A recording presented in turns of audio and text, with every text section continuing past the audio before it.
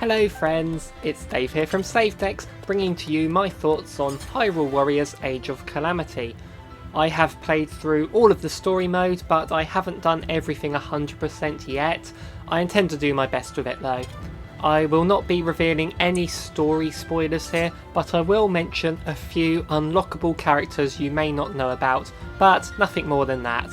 When the first Hyrule Warriors came out on the Wii U, I was excited for it, and I loved it when I played it, despite having never played a Dynasty Warriors game before.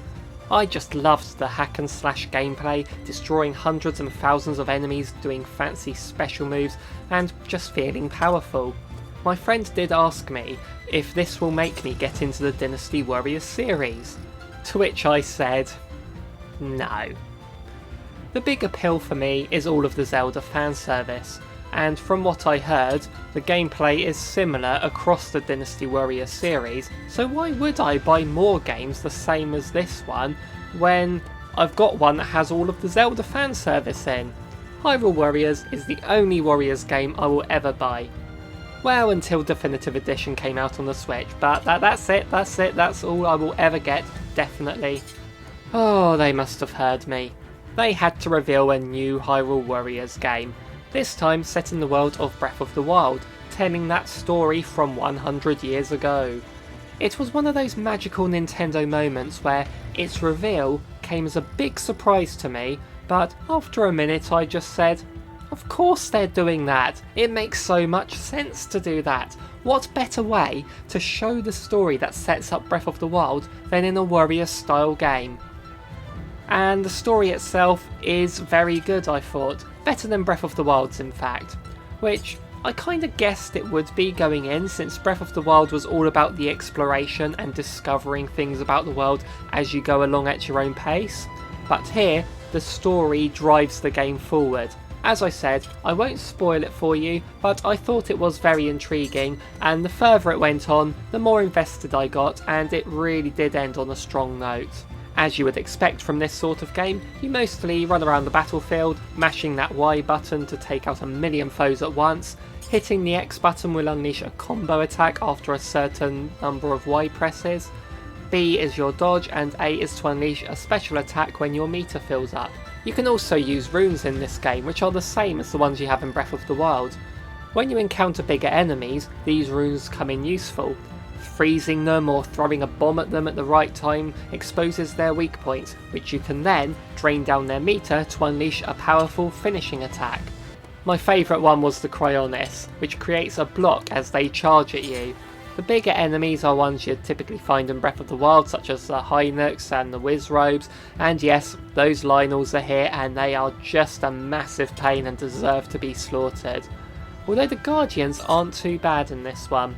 Overall though, these enemies are a lot more fun to fight than the bosses in the first Hyrule Warriors. There are a lot more strategies involved than just simply waiting around for the big boss characters to do a specific move that lets you counter with a certain item, and the combat flows a lot better in this one. And you can even do that flurry rush move after you execute a perfect dodge. That is always great to pull off. There are also elemental enemies in which you can use fire, ice or thunder rods to combat. It really does feel like a fantastic blend between how the original Hyrule Warriors played with elements of Breath of the Wild's combat, and the best part is, the weapons do not break. On the battlefields you will encounter keeps. These need to be cleared of enemies until the boss appears. Taking them out claims that keep as your own. I remember this having a bigger emphasis in the original Hyrule Warriors. I was constantly going out of my way to claim all the keeps. But in this game, I don't remember setting out to take them as much, unless the story objective required it. Your current objectives will get displayed on the map to you in the bottom right, and this was sometimes tricky to navigate given how small it is. As you fight, your character gains the XP and then levels up. You have to play as that specific character to level them up, so luckily most missions let you take multiple characters with you that you can switch between freely. But on the map screen you can pay rupees to bring other characters up to scratch. You can't raise their level higher than your strongest warrior however, so getting to higher levels must be done through gameplay. I mostly played as Link, being my main in a lot of games he features in. One thing I worried about with this game was that my favourite aspect of the first Hyrule Warriors was the insane amount of fan service, but given this was a more grounded story set just in Breath of the Wild's Hyrule, it would be lacking in this area. But that's not to say Breath of the Wild was short on content and characters for this game to reference. You have characters like Zelda, Impa, and the 4 champions, but they do pull out some others too, and each character does feel unique. If you had 2 different characters from the same race, such as Gorons for example, they play completely different from each other, using different weapons and movesets. They even use the runes differently. When Link throws the bombs, he just does it in a simple standard way, but a character like Sidon will hit them like it's baseball. I did wonder whether there would be any out there choices for character picks, such as Agatha and Tingle, and in this game, well, not only do you unlock that stupid walking broccoli with the maracas partway into the story, but doing some of the side missions will unlock you the Great Fairy, who is giant and moves around in a pod, and you are playing as 4 of them at once, sharing the same pod. So yes, there are some goofy side characters in this game to play as well. Graphically, I think this game looks fantastic. Although the original Hyrule Warriors had its own unique style and take on the Zelda character models, this one stays very true to Breath of the Wild, and it looks like they are pulled right out of that game. I was excited to see the locations of Hyrule before it ended up in ruins 100 years later. While the locations are pulled right from Breath of the Wild, due to the fast-paced nature of the gameplay, I didn't really have time to stop and admire the scenery, which was a shame. Also, due to the restrictions on where you can go on each map, you couldn't really explore either, which is to be expected. This is after all a different game just set in the same world, and they also did a stellar job with the music and voice acting. Performance I have seen is a sore point with some people. Once that demo released, people were complaining about it having a terrible frame rate and saying it was unplayable. I personally did not notice, but then I don't tend to notice things like that most of the time. I'm too busy having fun actually playing the game. But when I thought to look out for it, yeah, I did notice it struggle a bit when pulling off flashy moves, especially with the Divine Beasts, but at no point did it ever interfere with the gameplay for me. Speaking of the Divine Beasts, yeah, you can pilot them in this game. When they first revealed that, people seemed to be excited by it, but I looked at the footage and thought, man, that looks boring. I've played through the game and, yeah, I just found them boring. They're slow, the sections seem to drag on, and they were so incredibly easy. The only exception was towards the end, where I had a section that did have a bit of tension to it, but other than that I just wasn't a fan of these. So the game costs your standard full retail price for a Nintendo game, but is it worth it?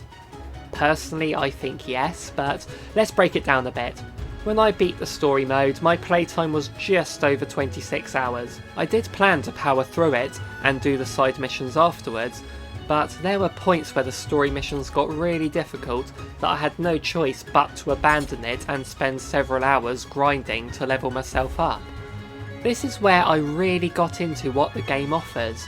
As you kill enemies, you gain spoils, MOBLIN guts and so on, and these can be spent to unlock stuff on the map, such as side missions to play, new shops to buy stuff, or level up your weapons and so forth. And you can also power up your characters to give them more health and unlock new moves. This was incredibly addictive and it seems to never end. I know people have worried about the content since there's just one map screen rather than the multiple adventure maps Definitive Edition has, and from what I've seen and played, I don't think there's as much content as Definitive Edition here, but I think there's just as much, if not more, than the original release of Hyrule Warriors. And there's always room for DLC. So you are getting a really beefy game here. Over 26 hours for me to finish the story, still with plenty to do. Filling out that map is incredibly addictive. There is so much to unlock, including recipes that give you meals that add certain perks to your character during a mission, such as higher damage or more health. You can get costumes and weapons, and it'll really take a long time to see and do everything here. Overall, Hyrule Warriors Age of Calamity is a fun hack and slash action game with a fantastic story, addictive gameplay, great presentation and so much to do. It does have its flaws, such as the Divine Beast missions not being too exciting and the performance not being good enough for some, but they can't overshadow just how much fun I had with this game. It's not for everyone, true. I mean, some people might find this mindless and repetitive, but I found there to be enough variety in the enemies and characters to keep things interesting, and I always had that urge to keep on going, and it never stopped feeling satisfying.